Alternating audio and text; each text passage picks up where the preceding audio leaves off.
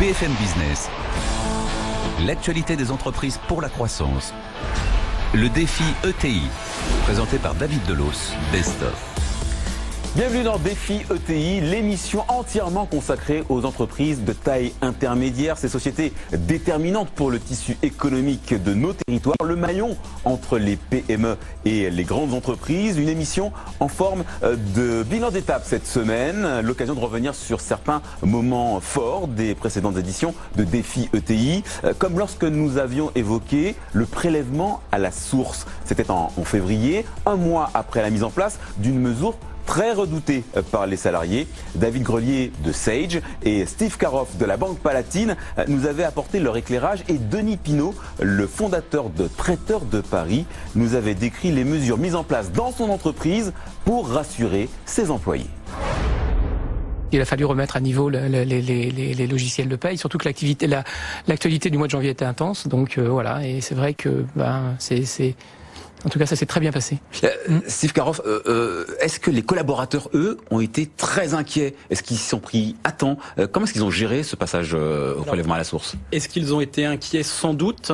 Est-ce que ça s'est répercuté du côté de l'employeur? Je n'en ai pas le sentiment.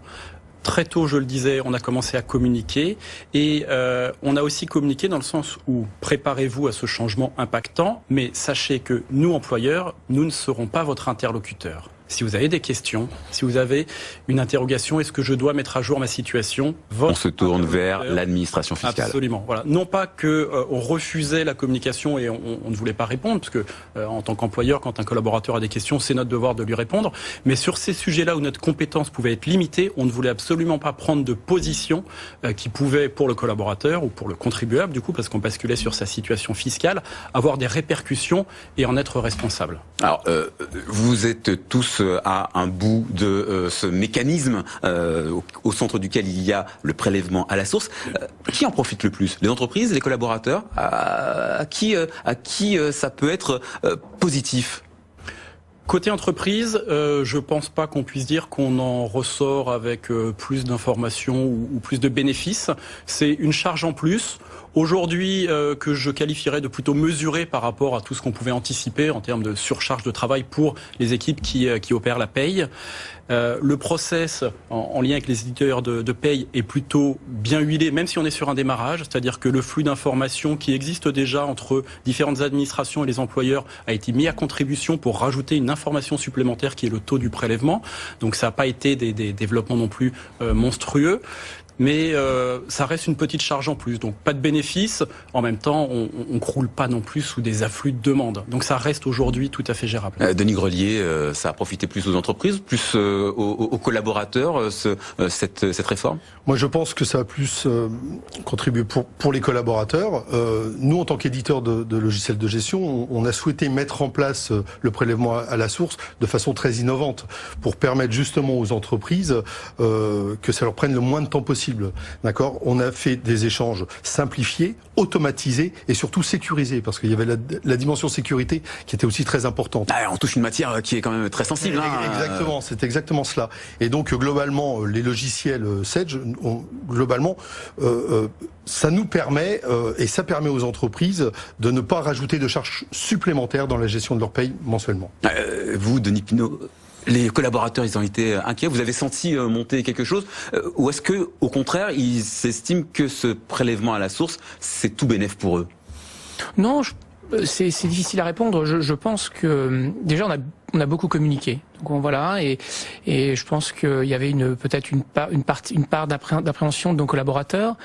Et puis très vite, comme ça s'est très bien passé, il n'y a pas eu de sujet. Je pense que c'est vraiment un sujet aujourd'hui derrière nous, si je peux me permettre. Donc du coup, votre DRH aujourd'hui est apaisé? Voilà, tout à fait. Sereine? Voilà, serein.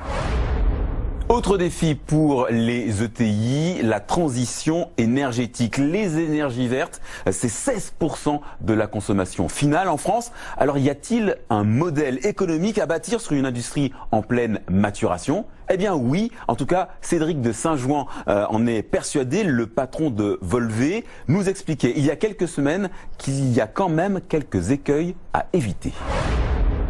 il y a 1001 raisons pour lesquelles un projet ne peut pas se faire. D'abord, le développement, c'est très long, ça dure 5 ans. Il faut demander l'autorisation à une trentaine d'administrations et autorités.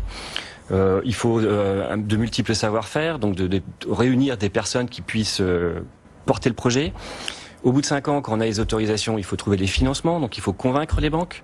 Donc au début, c'est difficile, c'était difficile au début de l'éolien, et puis après elles ont compris, donc ça s'est généralisé. Dans le solaire, c'était pareil, et dans le biométhane, c'est pareil. Après, il y a la construction, où la construction, il faut choisir des technologies nouvelles, il faut travailler avec des gens qui sont pas encore bien implantés, je pense aux fournisseurs de process en méthanisation ou à l'éolien à l'époque. Et ensuite, il faut exploiter les centrales. Donc il faut développer tout le long de la chaîne de valeur un certain nombre de savoir-faire, et il faut savoir les industrialiser, puisque faire ça pour un projet, c'est pas rentable. Il faut le faire pour une vingtaine de projets. Et c'est ça la force de groupes comme Volvé, c'est d'avoir anticipé le fait qu'il fallait un portefeuille important pour pouvoir mutualiser en fait les efforts et produire ces savoir-faire qui aujourd'hui sont des savoir-faire demandés. Alors on va poursuivre la discussion avec nos experts. Donc il y a Didier Parper de Banque Palatine, et puis il y a aussi Marc Chevery de l'ADEME, c'est l'Agence de l'environnement et de la maîtrise de l'énergie. C'est un établissement public affilié au ministère de la Transition écologique et solidaire, et je précise que votre domaine d'expertise spécifique, c'est la méthanisation. Ça tombe bien.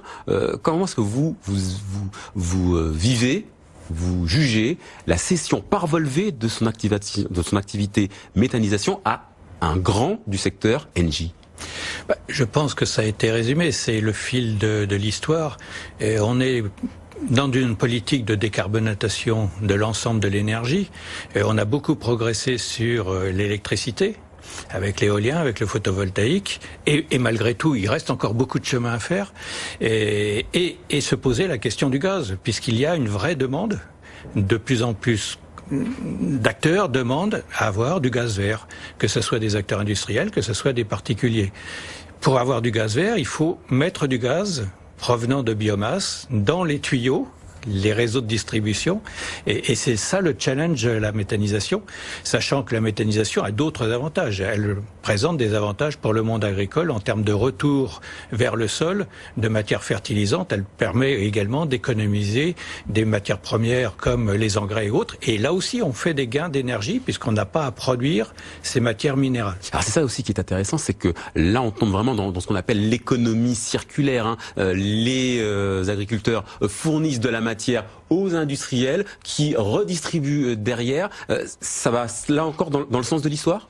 Alors ça va dans le sens de l'histoire, et c'est vraiment la chaîne de valeur, puisque ce sont non seulement les agriculteurs qui sont les premiers producteurs de biomasse, de matières agricoles, mais c'est toute la chaîne de transformation, les industries agroalimentaires, la chaîne de restauration, pourquoi pas le particulier qui se verra imposer d'ici 2025-2030 des collectes de ses déchets de cuisine.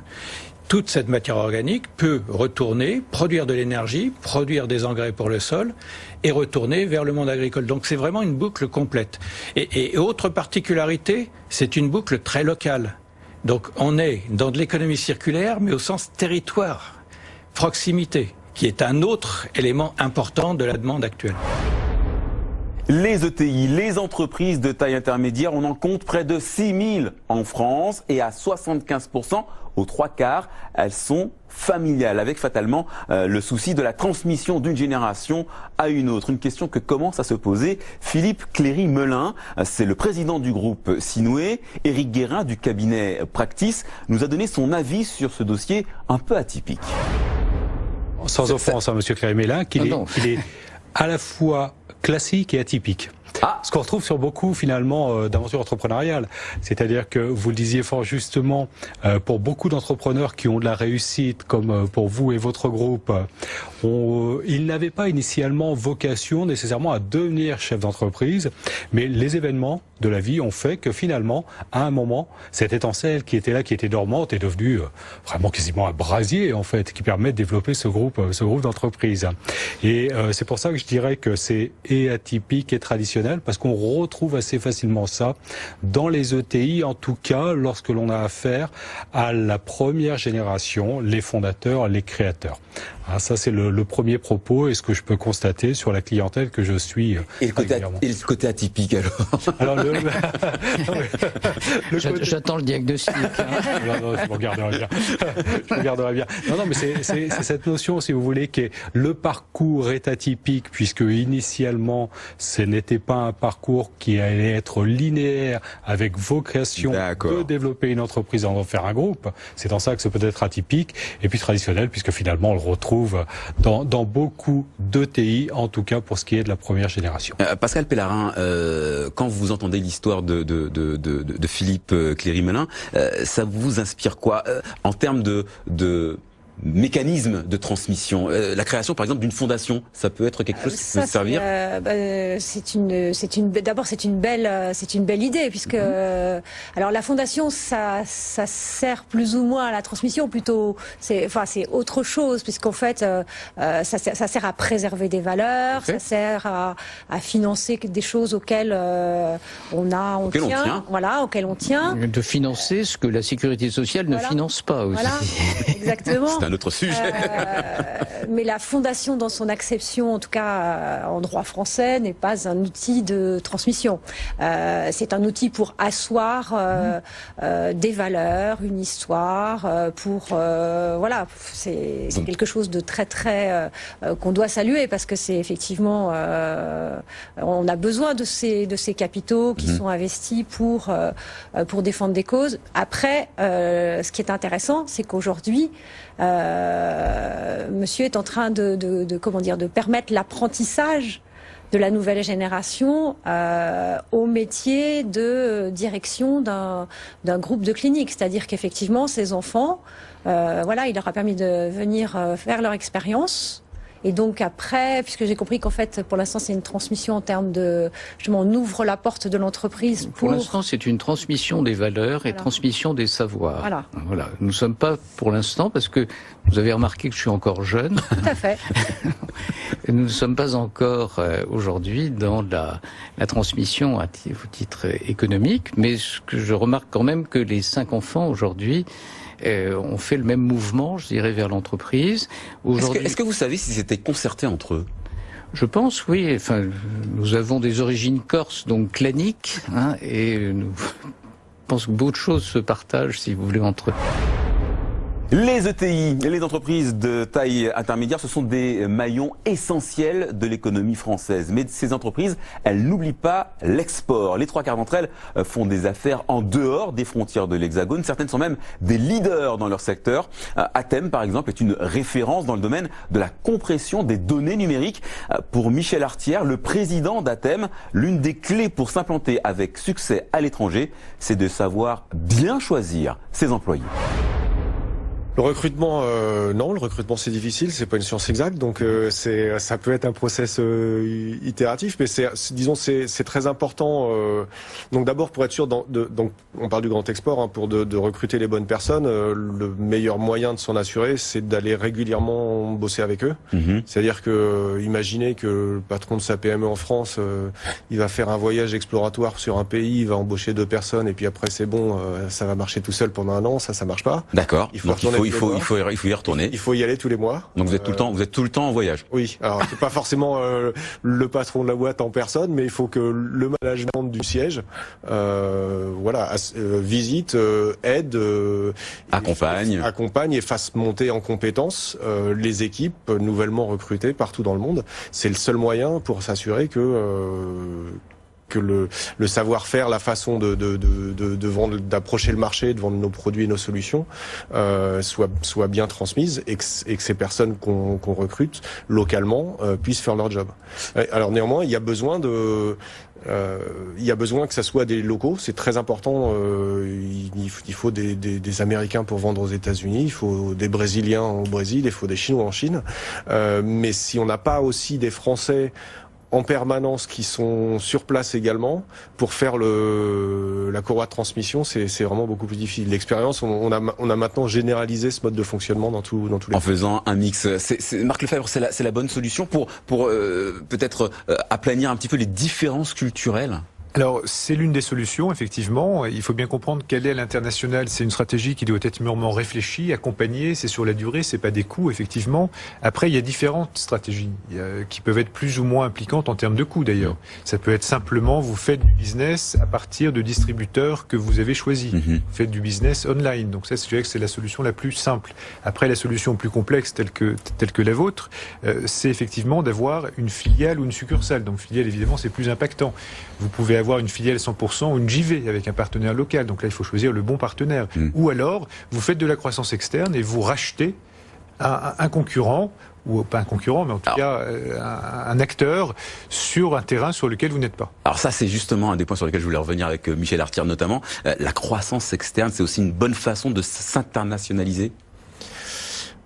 Certainement. Alors ça n'a pas été la recette. Ça n'a pas été votre cas. Jusqu'à maintenant, on a fait 100% de la croissance organique. Néanmoins, oui, je suis persuadé que c'est une des. Vous n'avez jamais eu la tentation de vous implanter en rachetant une petite entreprise locale? Non, pour nous, considérer faire des acquis de la croissance externe, aujourd'hui, oui, on le considère. Ça sera plutôt, avant tout, dans un objectif d'acquérir des technologies complémentaires à celles que maîtrise Atem, qui est la compression vidéo, pour pouvoir étendre notre marché adressable. Ça aura éventuellement un effet secondaire. En fait, améliorer l'offre. Élargir l'offre plutôt que consolider une présence dans un pays donné. D'accord. Pour Atem, mais encore une fois, moi je parle qu'avec le. Oui, bien entendu. C'est pour ça que votre point de vue nous intéresse. Mais Faisal Laraki, la croissance externe, c'est quelque chose que vous accompagnez vous aussi avec vos clients? Absolument. Nous avons aujourd'hui un département corporate finance qui est là justement pour accompagner les clients dans leurs opérations de croissance externe et qui vient justement s'additionner à la culture internationale de la banque et au savoir-faire de la banque sur les métiers de l'international. Et justement, parlons recrutement, parce que c'est un paradoxe. Le chômage est à 8,8% de la population active en France, et pourtant les ETI, elles ont du mal à recruter. Singularité bien française qui était au cœur de notre discussion avec Marie Rouen de la Banque Palatine et Ève Royer, la DRH du groupe Humanis. Une discussion alimentée par une étude menée par le cabinet Mawenzi, dont le patron, Boris Imbert, nous a livré les conclusions. Écoutez. Je m'attendais pour des ETI à ce que la thématique soit l'internationalisation, puisque pour les ETI, internationalisation, c'est un sujet. Je m'attendais à ce qu'on parle de transformation digitale, je m'attendais à ce qu'on parle d'innovation, je m'attendais à ce qu'on parle de tous ces sujets. Et le premier qui arrive en tête quand on interroge les dirigeants d'entreprise, c'est le recrutement, l'attractivité des talents. On ne parle pas tellement de fidélisation, en tous les cas, mais on parle beaucoup d'attractivité. Et aujourd'hui, ce qui m'a frappé, c'est cette forme d'inadéquation entre le système de formation français et ce que les entreprises peuvent proposer. Alors, je vois Ève Royer qui opine du chef. Ça vous parle, ce genre de remarque? Ça nous parle complètement. Alors, le milieu des ESN, on est particulièrement touché par ce phénomène parce que on sait qu'en France, on produit entre guillemets 35 000 ingénieurs par an, alors qu'on sait que le marché nécessite 50 000 besoins actuellement. Et ça ne va être ça ne va que s'amplifier dans les années à venir. Et puis, on se rend compte également que même par rapport à l'éducation nationale, il y a très peu de sensibilisation au métier de l'informatique et on a un manque d'attractivité cuisant sur ces sujets. Sans parler en plus des filières ingénierie où les nouvelles technologies du type intelligence artificielle, objets connectés, tous les enjeux de demain n'ont même pas de filière dans les écoles d'ingénieurs. Alors, Marie Rouen, vous êtes d'accord avec ça? Il y a un véritable manque, il y a un gap entre l'offre et la demande en termes de capacité et de talent? Oui, il y a une énorme carence entre le besoin et l'offre. Alors, pour pallier à ça, les employeurs doivent aller travailler leur relation école, aller vendre dans les écoles tout l'intérêt des métiers qu'elles peuvent proposer. Embaucher avant même la remise avant du même diplôme. qu'ils sortent, il faut faire des filières de formation en interne entreprise pour former les collaborateurs de demain. Boris Imbert. C'est un point qui ressort effectivement, c'est-à-dire que nombre de TI aujourd'hui ont fait soit des partenariats avec des universités, avec des écoles, ou même eux en interne développent leurs propres universités, voire leur formation diplômante. Je redonne la parole tout de suite. Vous l'avez fait chez Humanis? Oui, en effet, déjà nous avons en effet un campus management très fort où nous travaillons avec des écoles d'ingénieurs en partenariat avec eux, mais également on crée nous-mêmes nos parcours de formation. On a également un nouveau dispositif qui est l'école Simplon en partenariat avec Microsoft, qui est la première promotion en intelligence artificielle, et nous allons intégrer au mois de juin 21 alternants qui proviennent de cette école. C'est quand même pas mal, hein. Boris Imbert. Mais je trouve ça d'autant plus incroyable, parce qu'on est aujourd'hui dans un pays avec quasiment 9% de chômage. Donc, de se dire que cette inadéquation, alors que le chômage est le problème clé, ça semble déjà incroyable. Les ETI, aujourd'hui, qu'est-ce qu'elles représentent ? Elles sont pourvoyeuses d'emplois, dans les territoires. C'est-à-dire que 70% des emplois créés, alors de mémoire entre 2009 et 2015, ont été créés dans les territoires d'origine. Donc, en pleine crise de gilets jaunes et de problématiques de France périphérique, les ETI répondent à ça. Premier point. Les ETI répondent à une vision de long terme. C'est une forme de capitalisme à la française raisonnée, vision long terme, qui apporte une forme de sens, notamment pour des jeunes diplômés aujourd'hui qui cherchent beaucoup la partie sens. Et derrière, quand on regarde les typologies d'ETI qui existent, il y a 5800 ETI en France aujourd'hui. On estime qu'il y en a à peu près 600 qui sont leaders sur leur marché. Alors ça ne veut pas dire que les autres ne sont pas intéressantes, mais en plus, on va trouver des ETI extrêmement innovantes et avec une forme d'avance technologique qui peuvent permettre de proposer demain à des jeunes embauchés un bel emploi. Alors ça veut dire quoi? Ça veut dire qu'il y a un problème de formation en France, Marie Rouen? Il y a un problème de formation. Je pense très sincèrement qu'aujourd'hui on n'est pas préparé, aux enjeux de demain. On n'est pas préparé aux enjeux de demain. Je pense qu'il y a un problème dans les cursus universitaires. Je pense qu'on pousse pas assez l'alternance, on pousse pas assez la professionnalisation et on n'a pas de vision sur les besoins de demain en France. Dans Défi ETI, il y a aussi eu ces cartes blanches accordées aux entrepreneurs. La rubrique « Le mot du patron » a été l'occasion de livrer des expériences très personnelles, parfois intimes, comme quand Denis Pinault, le patron de Traiteurs de Paris, nous avait avoué que pour se ressourcer, eh bien, il retourne parfois aux fondamentaux de son entreprise. Quand je me pose des questions, je vais sur les lignes. Et souvent, j'ai la réponse à mes questions. Et voilà, c'est quelque chose qui me fait vivre, et ça fait partie de notre entreprise. Et alors peut-être la difficulté, c'est comment intégrer chacun au projet de l'entreprise. Et c'est vrai que d'intégrer quelquefois un opérateur de ligne, c'est du travail, et on doit avoir des managers d'exception parce que il faut savoir leur parler. Ça peut être aussi, dans certains cas, on peut avoir des gens qui sont en difficulté, et donc c'est toute cette approche qui est une approche humaine et qui est passionnante en tout cas dans mon entreprise. Autre mot du patron, celui de Philippe Bossane. Le PDG de Utopia était venu nous parler de la RSE, la responsabilité environnementale et sociale. Pour lui, la réussite, eh bien, c'est la persévérance. On l'écoute. Poursuivre ses rêves, déjà. Alors, bon, il faut en avoir un. Hein. Donc ça, c'est la première des conditions. Et puis après, jamais lâcher. Donc avoir un peu de persévérance. Bien sûr, aimer travailler. Mais quand on travaille pour ce qu'on aime, c'est pas du travail. Et donc ça, c'est facile. Voilà. Faut un peu compter.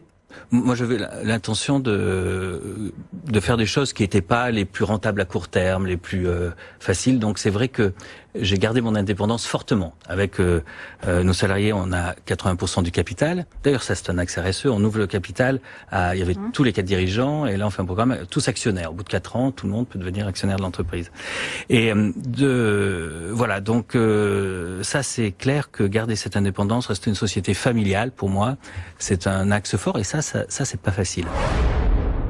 Et pour finir, le mot du patron de Philippe Cléry-Melin. Le président du groupe Sinoué a fait de son entreprise familiale le véhicule de ses valeurs. Et pour lui, c'est ça la clé de la réussite. Croire en tout cas dans les valeurs que l'entreprise porte et participer donc du développement de cette conviction partagée avec ses enfants. Je suis dans une situation où les 5 enfants, effectivement, aujourd'hui, donc ont rejoint le groupe.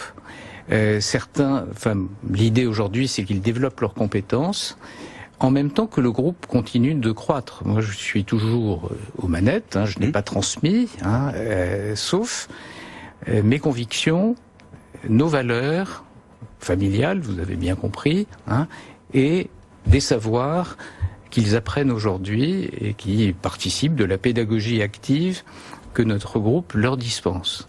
L'important, ce qui restera de toute façon, c'est les valeurs. Pour moi, c'est le mot du patron. Et voilà, ce mot du patron sera le mot de la fin également pour cette édition de Défi ETI. On se retrouve la semaine prochaine, même jour, mêmes heures, mais toujours sur BFM Business. BFM Business, le Défi ETI, l'actualité des entreprises pour la croissance.